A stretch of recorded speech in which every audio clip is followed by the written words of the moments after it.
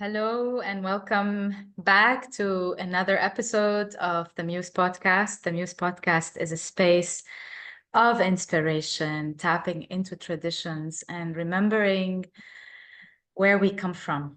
Really, how can we move forward in life while remembering where we come from on all levels? I am super excited to welcome today with me a dear friend and also a companion on the path of life, I would say, Alexandros, Arjuna, Petridis. Welcome, my dear. Thank you very much. It's an honor to be here with you. It's nice to also, connect on this level. One of the intentions of the Muse podcast is to bring opportunities and also, open the space for people who don't usually talk, to express, to share, and also to enjoy conversating together, to enjoy communicating together. I started my journey of yoga in 2008, and I met Alex in the airport in Mumbai, and he was the first one I met from my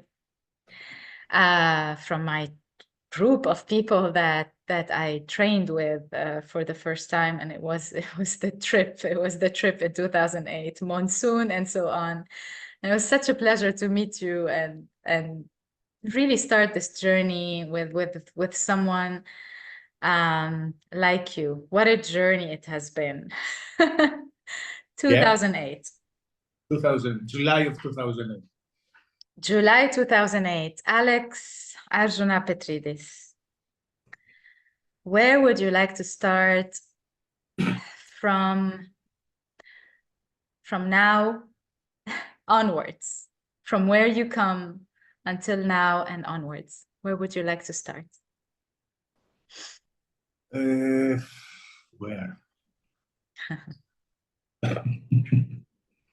Help me. Well, you come from a background that is really a military background, and you stepped into the world of yoga. How did that happen? I was in the military from 1987 to 2006. In 1991, I was transferred for a year to the United States. There in Philadelphia, in October of 1991, I had my first yoga class. A friend decided to take me to a yoga class. I was 20 years old. My mind was in football, basketball, parties and stuff like that. So then girlfriend told me, let's go and try something different. We'll go and do yoga. Yoga? What is yoga? So we went to it wasn't a studio actually, it was a house. And there was a lady there, she was 40, 45 years old. She was teaching Hatha yoga, like the yoga we did in the ashram in 2008. Yes. And it was the most difficult thing I ever did. Yoga is the most difficult thing I ever did. And I loved it. And I went back a few more times. I stayed in Philadelphia for 7 months. I did like 10, 15 classes with her. And then I left. I came back to Greece. And I was looking for a place to practice yoga. And I couldn't find any in the early 1990s. So yeah, I was going to classes once, twice, 3 times per year. I couldn't attend more classes due to my job. And after I retired, actually, in the beginning of my 30s, we had a few incidents. I was flying, I was a naval aviator. We had a few incidents with the plane, and they made me start wondering what's happening. I started meditations, I was studying Buddhism, I was trying to find yoga classes, but you know, there's nothing like today with the Instagram and the advertisements and the studios everywhere. So I couldn't. I found 1-2 people that they were coming and going out of Athens, going to India, so I didn't have a steady practice. And after I retired in 2006, I said, okay, now I will start my daily practice. I started practicing. My teacher left Athens, and I couldn't find any teacher that was, you know, I was feeling okay with him or her. So I said, okay, I will go to India. I will go to India, I will do a teacher training so I can practice by myself. I wasn't thinking of becoming a yoga teacher, having studios, nothing like that. And I went to India in 2008. We met at the airport in Mumbai. And then I went back and back and back and back. And here I am today. Mm. Yeah, you know, that year also resonated with me in terms of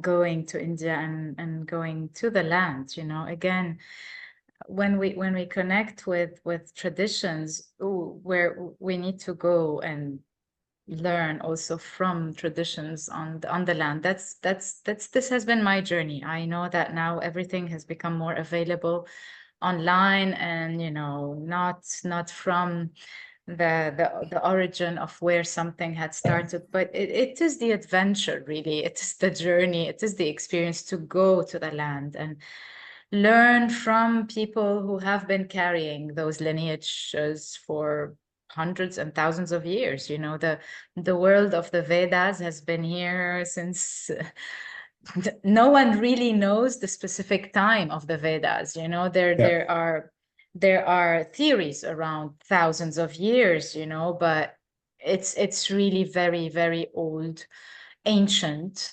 scriptures and references from where that tradition started, and also medicine from the East started, you know, including Ayurveda, but also other types of so-called modern medicine, what developed into modern medicine. And Alex, you know, starting from those years and how yoga like called out for you, how did yoga shape you as a over and over again? How did it shape you as a father, as a teacher, as a man? How did it shape you over the years? We're talking about what, 14 plus years of practice by now. 16 years of practicing, yeah. As I said before, yoga is the most difficult thing I've ever did. And I'm not talking about asanas, I'm not talking about postures, I'm not talking about stuff like that. And I was flying. I was doing difficult stuff. Yoga, actually, all of my training in yoga is in India. I haven't done a training outside India, because I believe that if you don't go to the land, you miss the essence of the tradition. Okay, for us, yoga wasn't the practicing in the yoga sala. It was, for me, mostly, it was crying outside the shop every evening with the heavy rain. It was taking a shower with the cup. It was waiting 1 week to do laundry. It was sitting with the hands. You see, it was waiting every Sunday, the 6 or 7 hours off we had, to go to Nasik, to go to the to the internet cafe to check our emails. I don't remember the place that we used to go and have chicken and have a beer. Yes. Oh. You know, it's the simplicity of all the things together. Okay, it's the smile of the very poor people outside the ashram. We used to walk in the village, and the people there, they were happy when it was raining, so they can plant rice. You know, yoga is simple. Yoga is very simple. Okay, it is not hold your breath for 5 minutes. It is not doing Padmasana. It is not doing balances in your finger or your little toe. Yoga is simple. It's 8 steps that you can do in your life. It will make you a better person. It will make you a better father. It will make you a better husband, a better wife, a better friend, a better son, a better brother, whatever. Yoga teaches you to be simple. And that is what I needed coming from 20 years in the military. Almost 40 years ago. When I joined the military, it was 37 years ago. Things were quite different. And for me, yoga taught me how to be simple. I cannot be simple every day. Okay, we're living in a crazy world. But I'm trying to be as simple as I can. Yeah, this is the thing that I've learned for the last 18 years. 18 years. Yeah. Just be there, just do whatever you can. Try not to have expectations. It doesn't matter what the person next to you is doing. And it's also in daily life, not only yoga. Okay, you just look straight forward. You don't look back. You don't look to the right, to the left, to the right. Look forward. Some days are good, some days are bad. Doesn't matter. That's life. Yes. There's in the simplicity of yoga, and the roots of yoga are really the roots of the word. We go back to the roots again. It's to join, it's to bring union, but this does not mean to deny also the duality, that the challenges that we are living. So it's not about, again, what is needed now more is yogis that are engaging with the world, yogis that are stepping out of the mat and being authentic. And the world of yoga has really changed, obviously. And this is also partly related to how much, that boom happened from the 60s onwards, which was very much in parallel with what was happening in the world of psychedelics back then. Everyone just went to India, and it's like, that whole flooding, which doesn't mean that yoga was started in that time. It's just, it is a deeply, deeply rooted tradition that talks more to the whole parts, every part, to the mind, to the body, to the emotions also. At the same time, the emotions that we go through are part of the cleansing that that happens with the movement, with the asanas, with whatever we need to hold, and we just breathe through it, keep breathing through it. And that discipline is really fascinating, because when we repeat things, and we go deeper and deeper and deeper, we realize that we really don't know anything. At the end of the day, we realize that, I've been going through this healing and this practice and this practice, and eventually it's like, how can there be a connection with the spirit of something, with the spirit of yoga? And I remember this meant a lot to me when I was in India, and the end of the training paper that I wrote was the spirit of yoga. Because it was to me, it wasn't like, this is not my tradition, so what am I learning from it? And where do you see, Alex, what, the East meeting the West, we go to the East, we learn, we go to the West, we learn. I'm talking about the Southern West, Southern, Latin America, and also the Native American, the natives of the US. We learn from them because these are the indigenous people of the land. It's like we're seeking something to kind of feel that we belong again.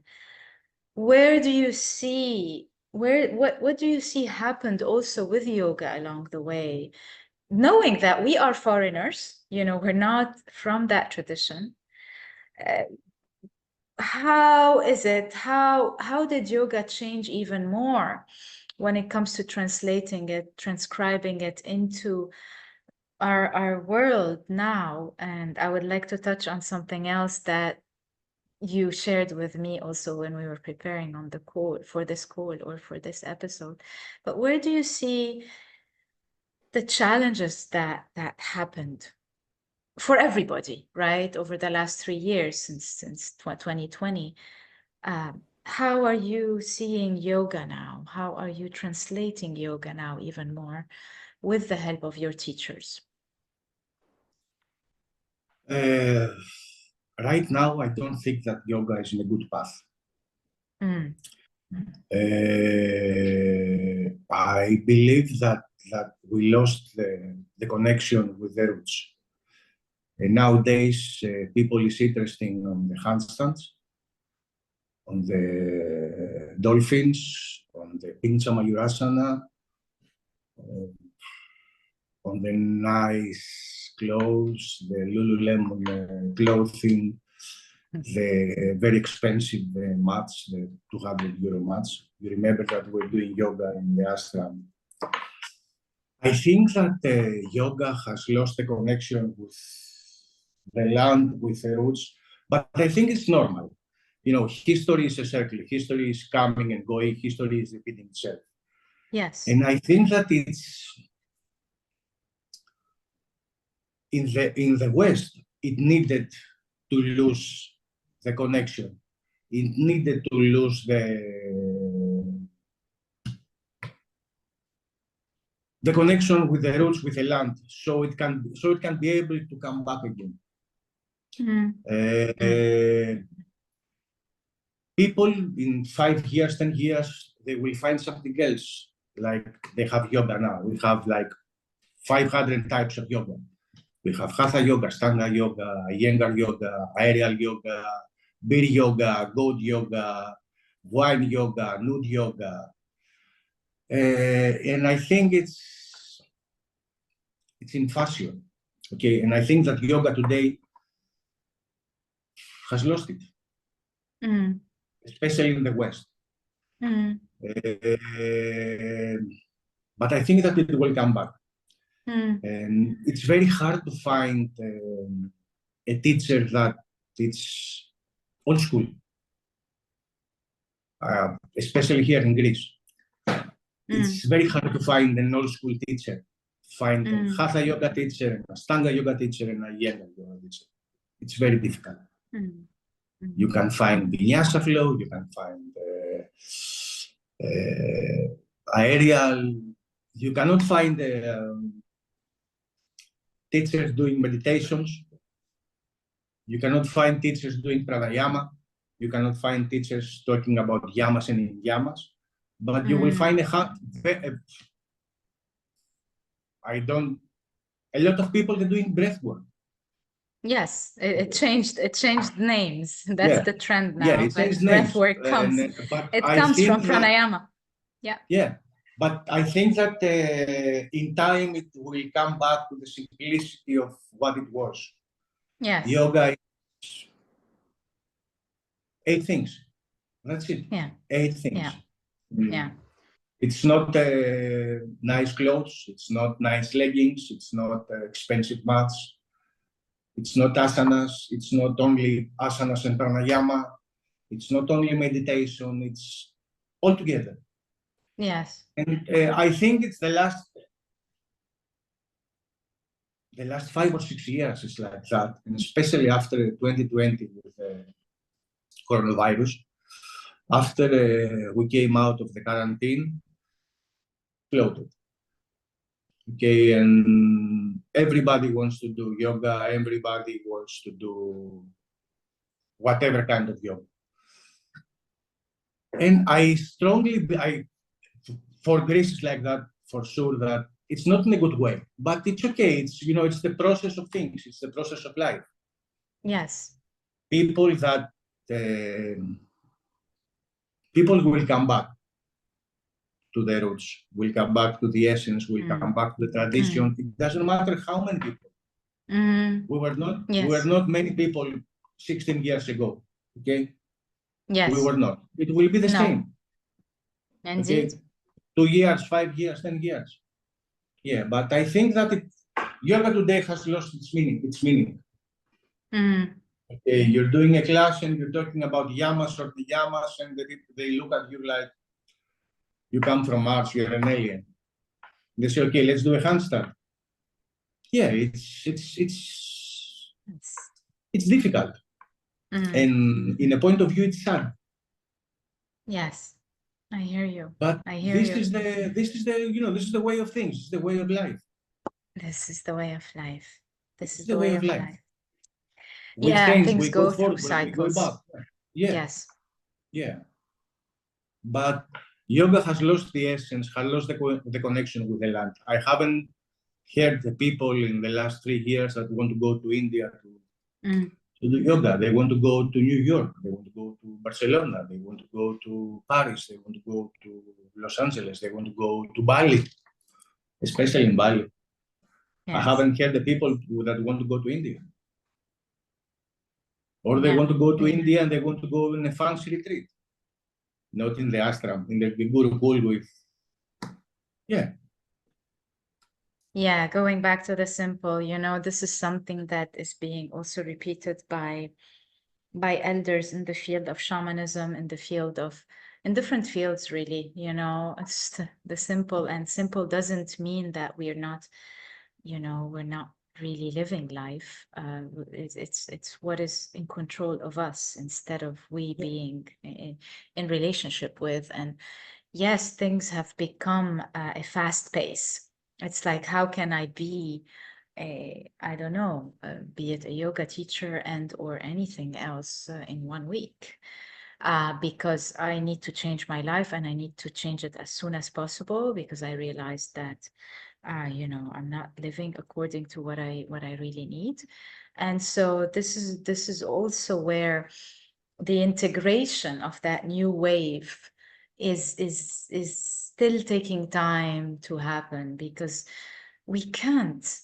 there's nothing that comes new without the acknowledgement of the old.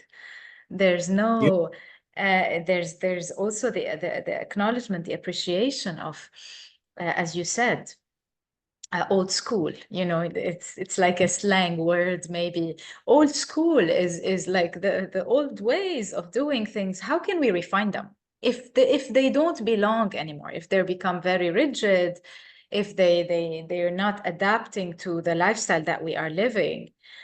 Giving an example here, like I remember when we were in our training, and we were doing a lot of cleansing, like panchakarma style, but not really the Ayurvedic all the way cleansing, but we were doing some cleansing techniques during the training.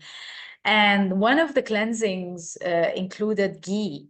And I remember that you were intolerant to ghee, and so this doesn't work with people who are lactose intolerant. So how can we adapt? That's where the adaptation. But now I'm done. After a few after cleanses, I'm not. Interesting. Because I was doing cleanses in 2009, in 2014, in 2016. And the body responded. Lactose intolerant now. Yeah. Okay. Wow, that gradually changed. It was also related to a physical reaction. I mean, this is where there's a process, and it's like, how can we relate to things changing while still having values, while still having pillars? And even the teachers in India, some teachers there, they're also teaching the fast pace. But some teachers know. It's the same thing in other parts of the world. Like in the Amazon, there are shamans who are, who meet you at the airport and offer you plant medicine there, like from the airport. There are shamans that are hidden. You need to go seek them. You need to go, they're elders. They're the elders of the land. And so one has to make a journey. And that journey somehow has become like, how can I DHL it? How can I express courier it and get there the fastest way possible? And it's sad. It's sad because it's losing this fast pace is showing that there's no body to it, a body, an essence to it. And it's showing that it's volatile. It's like up in the air, it's nice, it looks nice, it presents itself nicely, but when you scratch the surface. That is the big difference. Yeah. 16 years ago to today, that nobody wants to do the journey. Yeah. We did the journey, and we didn't know where we go. Indeed. We did the journey. The difficult part is the journey. Yeah. And in shamanism, in yoga, in whatever. Nobody now wants to do the journey. Yeah. Okay, they just want to get to the finish. They just want to get the results. Yeah. And it's not only yoga, it's generally in life. Everything. Nobody wants to do the journey. Yes. Yes. And Alex, thank you. Thank you. And I love, it's been quite the years we've accompanied each other's journeys from, you in Greece, and when you would send me messages, where are you now? And I'll be like, I am in this part of the world. And you're like, okay, I'm in Greece. Your dedication has been quite also inspiring. This is also where I'm gonna get to the news that I was so thrilled to hear, which is your dedication and yes, the frustration of going through things and seeing also how you're building something over the years is just crumbling, like many other things that happened for everybody. Everybody went through things crumbling in their life in different ways, all the way to having their money stolen by the government. But that's also another story. I would like to share that I was so happy when I heard that you have become the president of the board of the Hellenic Yoga Association in Athens. Can you tell us a bit about that? The Hellenic Yoga Association is a group of people that they're trying to, for the last 15 years, they're trying to keep the tradition of yoga as it is. Okay, they are people that they are now the previous members of the board, the beginners of the Hellenic Yoga Association. There are people in the 60s, in the 70s. There are people that they met yoga, they found yoga in its original way. And this is what we're trying to do now. We have teachers from the basic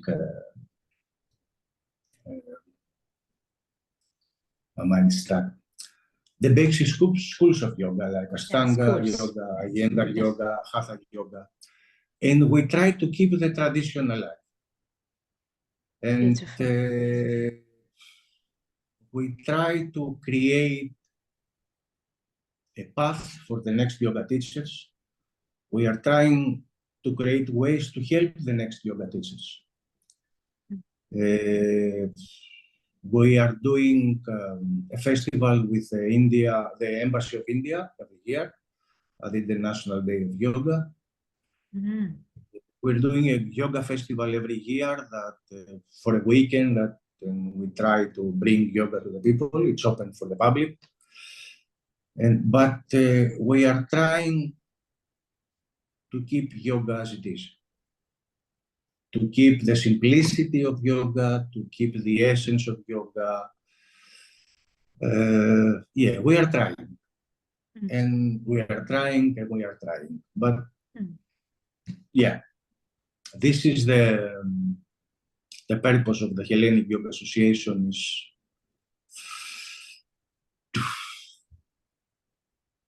to be yoga, if I can, say it correct. To help people with yoga as yoga helped me, as helped the treasurer, the secretary, people that they have a journey in yoga. Yeah, that's amazing, and it's great that something like this is surfacing now, even more. It's like relaunching, because it's while a lot of things are while systems are being just deconstructed, there's foundations, more foundations to things to build again, to become inspiring structures for the next generations. And this is really what is amazing. Yes, in the times of chaos, there's a lot that we're seeing and we're witnessing, and at the same time there's a lot needed when it comes to collaborating together with the same intention, like tapping into the roots of a tradition that is that dates thousands and thousands of years, like also the ancient Greeks, just that too is also part of an amazing tradition, where how can those traditions meet? Because all the ancient traditions were connected, because they had high intuitions or higher intuitions. Yeah. If we look at ancient, we read about ancient traditions, it's like at the same time this culture was surfacing, another culture in another part of the world was surfacing, because that was the frequency of those cultures coming up and really being of higher intelligence. And really higher intelligence is living more in harmony with earth. It's not transcending, it's not just awakening the kundalini. It is awakening all the senses in us to become better human beings with each other.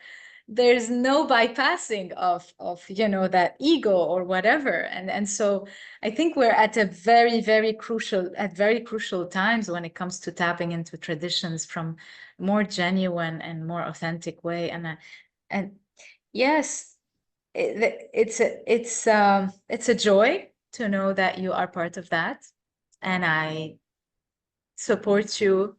I support you fully in that, and I really, I know how much of your being and your heart you have reflected. With all the challenges, with the mantra that you used to tell me, nobody's perfect, including me, your Nobody's friend. perfect, not even me. Not even me. And we used to laugh while crying in the ashram. Yeah, we used to cry together, Yes. outside We the used to cry ashram. It's together. like, oh my God. Oh my God. These are really good times. These are times that I really miss. I really miss even more Me now. too.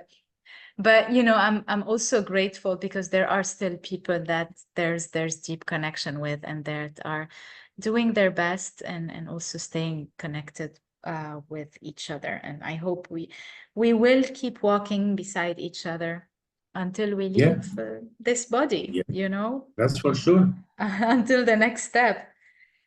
Wow, Alex, would you like to add anything else before we end this episode today? I would like to just clarify something.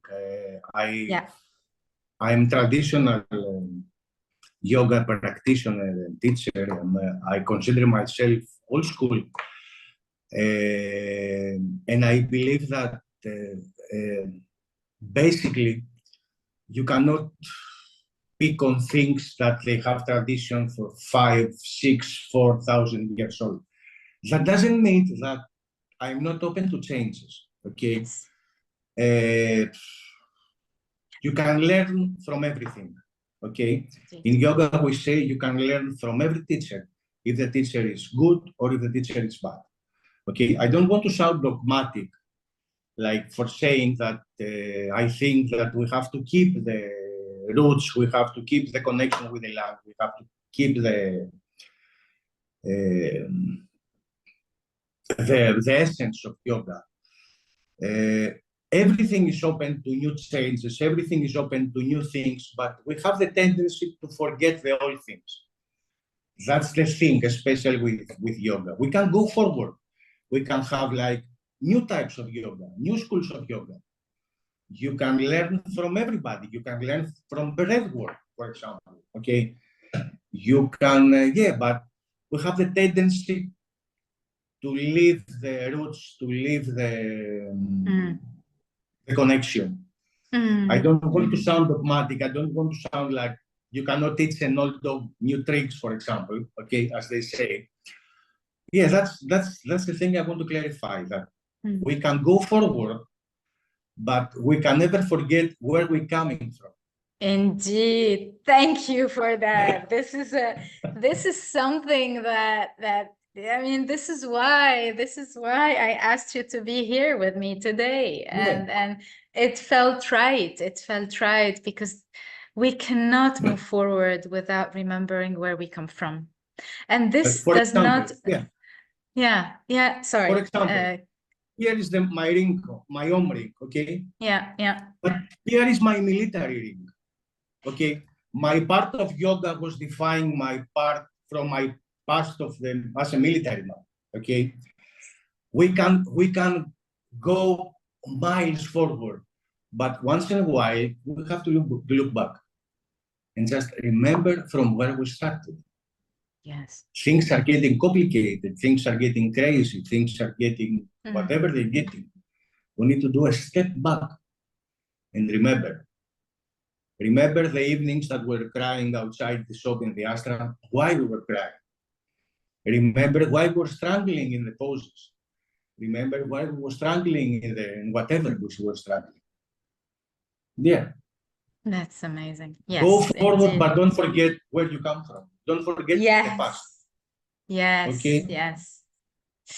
Thank you for that, Alex. It's a great message to end this with, and I look forward to also recording more probably episodes with you and talking a bit more about the world of yoga, being foreigners and being people who are not from India, but also respected the tradition when we went there. There was a connection with the land and also with the tradition and with the teachers, and we learned what we learned. And yes, there has been changes, and we applied them differently. Thank you so much for your time. Thank you very much. Thank you everyone for listening. Thank you, Alex. There will be your coordinates will be. Yes. Your coordinates will be in the description. Thank you, everyone. Please like, share, comment, and support Alex also in whatever he's doing. Thank you. Many blessings.